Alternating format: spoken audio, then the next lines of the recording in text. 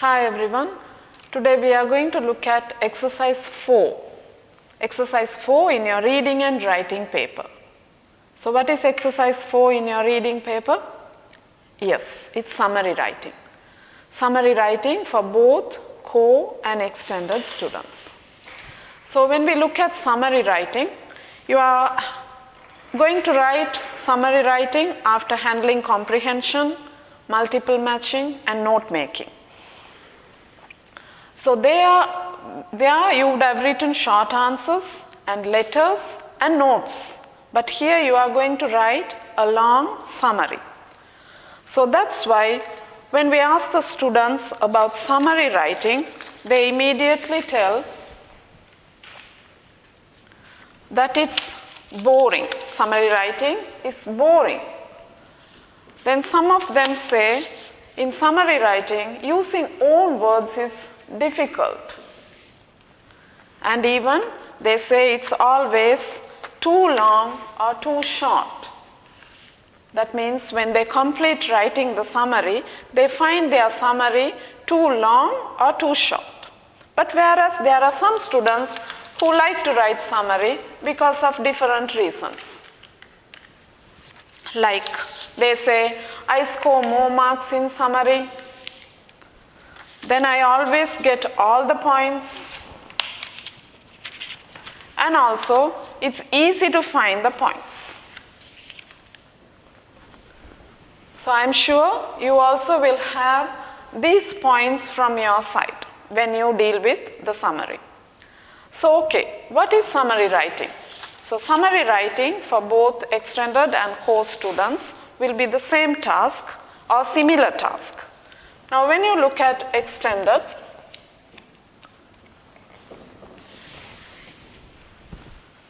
can you think what it is? Yes. These students are going to read a passage about 540 words, whereas the core students will be reading a passage about 325 words. Okay? Right. So after reading the 540 words passage, the extended students are going to write a summary of 100 to 120 words with 8 points.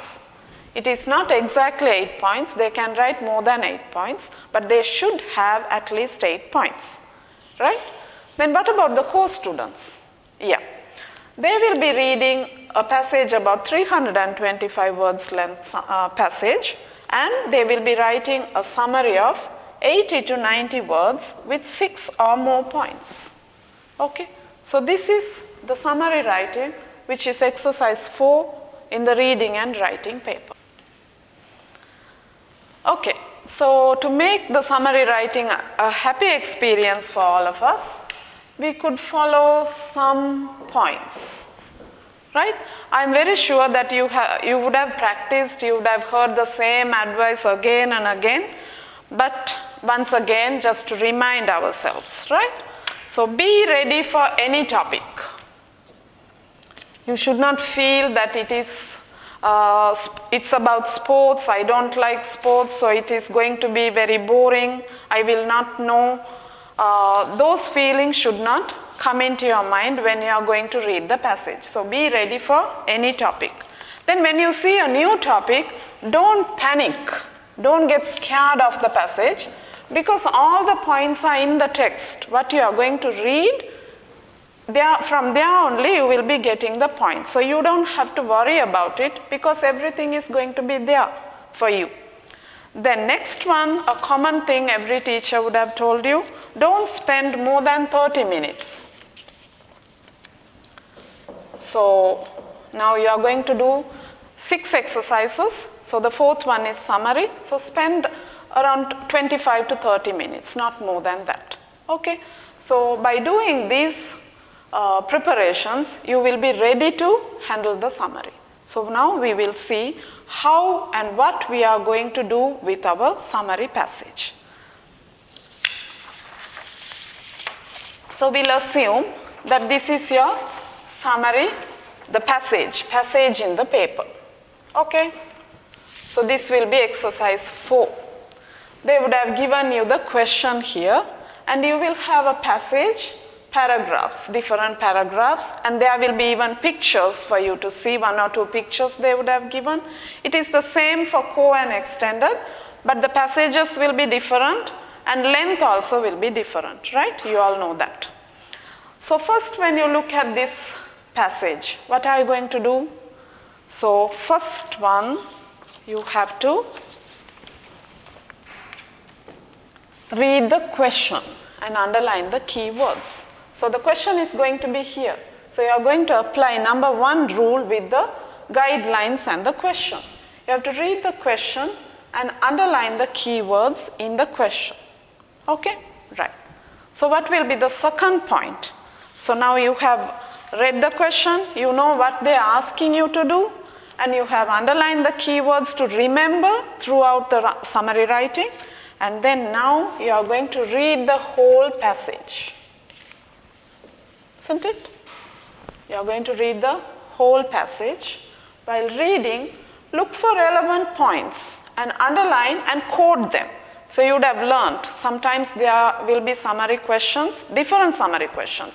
Write the advantages and disadvantages of watching television during examination.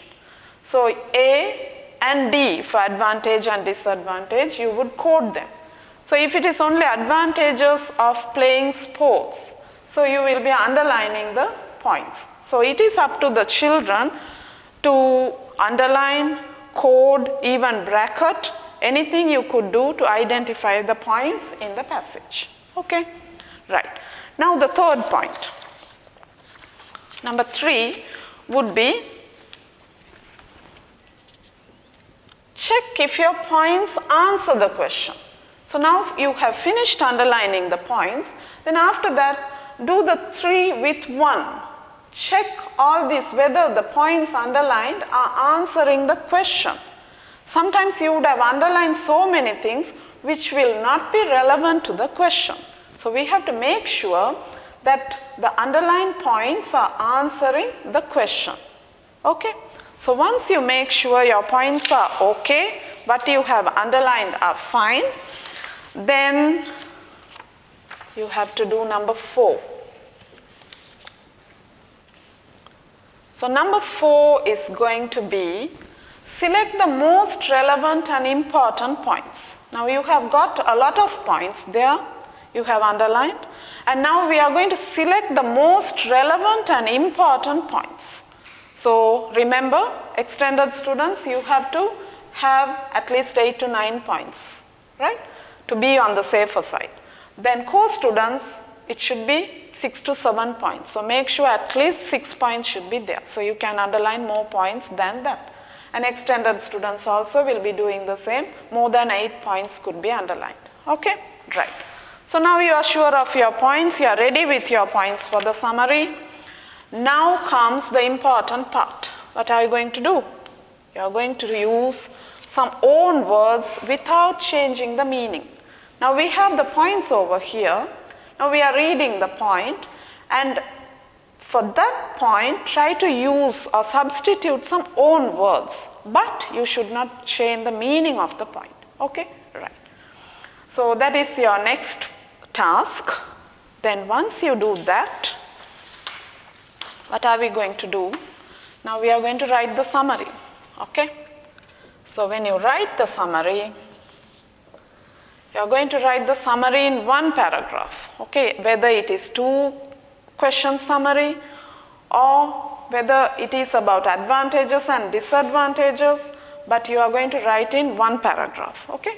So now write the summary in 1 paragraph using connectives to join the points.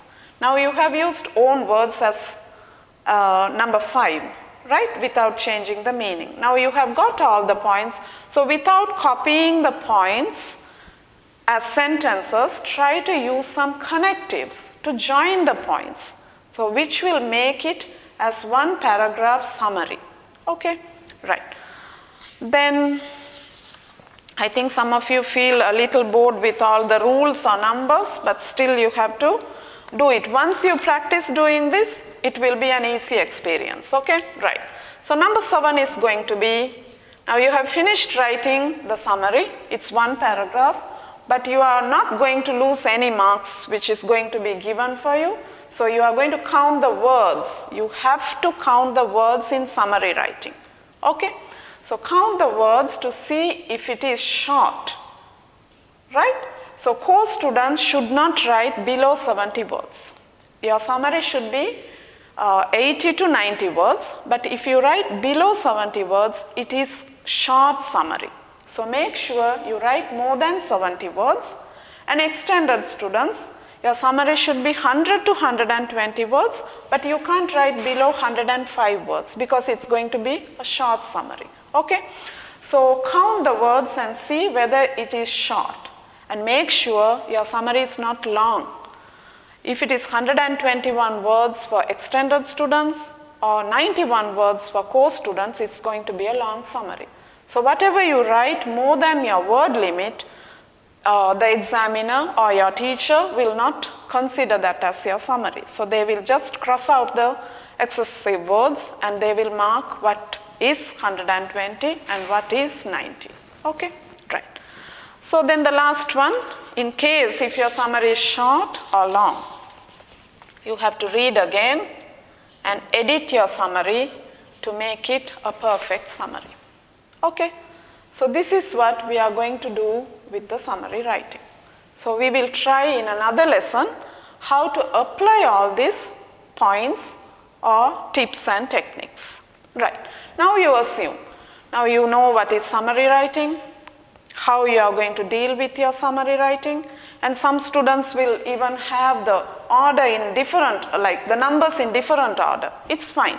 You can even, like for an example, these two you would do, and number 3 you will do, and 5 and 4 you could even change. Okay? You can first substitute on words and then check and pick the points for your summary. It's fine. Then now assume that you have finished writing your summary and it is given to your examiner or the teacher how they are going to mark your summary. So that you should know to get your marks. So as we know how to write the summary, and now you should know the marking scheme as well. Okay? So there are 0 marks, 1 mark and 2 marks. So I am not going to discuss how you could get 0, 1 or 2 because that's not our point, right? We want to score more than 2 marks. So this marks is about language. So content, if you cover 8 points, your 8 marks will be given for extended students, that you all know, right? Then if the core students write 6 points, automatically you get the 6 points for your content. But whereas the language, to get the 8 points, the extended students, and the 6 points, the core students, you have to do certain things. So we'll see how the examiners mark your points. So when it comes to points, very well organized and clear. Well organized and clear. And partly organized and reasonably clear. This is how they are going to mark your. Could you see this? Right. So your points are partly organized. You haven't done the organization very well, but it's reasonably clear for me to read. Then I would go for 3 or 4 marks. Then the points are well organized and very clear to read. You are going to get 5 or 6 marks for that. Then your points are very well organized. You have to see to those words very carefully. Very well organized and very clear to read. You are going to get 7 or 8 points for your language. Okay? Right. Then next comes our own words. So where we did the 5th point. Okay? So when you use the own words, how it is marked. If you have used your own words, very good use of own words, you are going to get 7 to 8 marks. Then if you have used good use of own words, like 5 to 6 marks, you have attempted. Even if you try a little bit to use some own words, they are not going to do anything. Like they are going to give you marks, Some attempt even give you 3 to 4 marks. So it is actually really easy to score marks in summary writing. Then connectors. You have to connect the points as I told you. So when you use like generally appropriate, generally suitable like and, so, but, right? So such connectors when you use, it is generally appropriate, relevant connectors, they are going to give you 3 or 4 marks. Then if you use the connectors in appropriate way, in correct way, you are going to score 5 to 6 marks. Then effectively used, on the other hand, instead of but, right?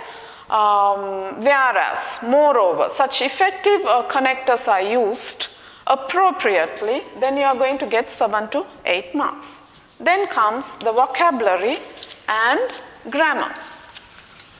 So vocabulary, other than your own words, how you have produced the summary. Reasonable level of accuracy. Reasonably, you are not bad. You have used your words, your phrases are well used. Then you will get 3 to 4. And good vocabulary will give you 5 to 6 marks. And high level of vocabulary will give you 7 to 8 marks. Then at last, they are going to check your grammar, structure, your sentence, okay? What are they going to? Simple structure, simple grammatical structure will be giving you 3 to 4 or 5 to 6 according to your overall presentation of the summary. Then when you have used high level of grammatical structure, you are going to get 7 to 8 marks. So this is how your summary is analyzed. So when we come back, what happens? You could see the exercise 4 is not a very difficult task at all. If you try, you could score even full marks. The core students can score 12 out of 12 and the extended can score the 16 marks, okay? So we'll see how all this what we learned today could be applied with a real summary text in our next lesson, okay? So if there are any questions, please have them for the next class, okay? Thank you very much.